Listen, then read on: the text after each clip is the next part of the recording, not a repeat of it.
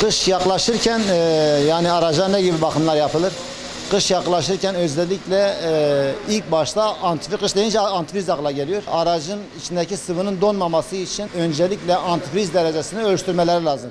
Eğer eksinin altına düşeceği zaman, eğer derecesi eksinin 10, 15, 20 hava derecesine göre eğer o korumuyorsa araçta ciddi hasar, zarar verebilir. Özellikle marş basarken, marş basmasa bile içinde eğer antifriz yoksa araç zarar görebiliyor kışın. Onun dışında kışın ne gibi hazırlıklar yapabiliriz? Mesela antifriz ilk başta. Yağ zamanı gelmişse periyodik yağ bakımı yapabiliriz. Kış lastikleri eğer yoksa kış lastikleri taktırabiliriz. Çünkü sürüş esnasında tutuş mesafesi kış lastiği oldu mu diğerine nazaran daha tutma gücü daha iyidir.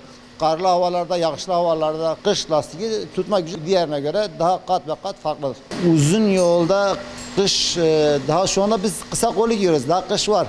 Yani kışa hazırlık, yani o eksi hava olduğu zamanlarda yollarda bazen gizli buzlanma olabiliyor.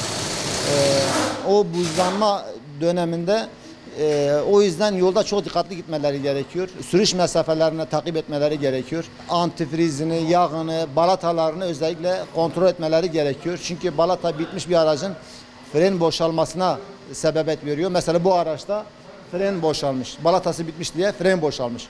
Ve trafikte ciddi kazalara sebebiyet verebilir. Eğer yola çıkarken ilk başta camların buz giderme şeyleri var, spreyleri var. Onlardan bulundurmaları, kış lastikleri bulundurması lazım. Antifrizini, yağını, balatalarını ve sürüş mesafesine dikkat etmesiyle gerekir. Yani kışın dediğimiz zaman onlar akla geliyor. Özellikle sürüş mesafesine dikkat etmeleri gerekiyor.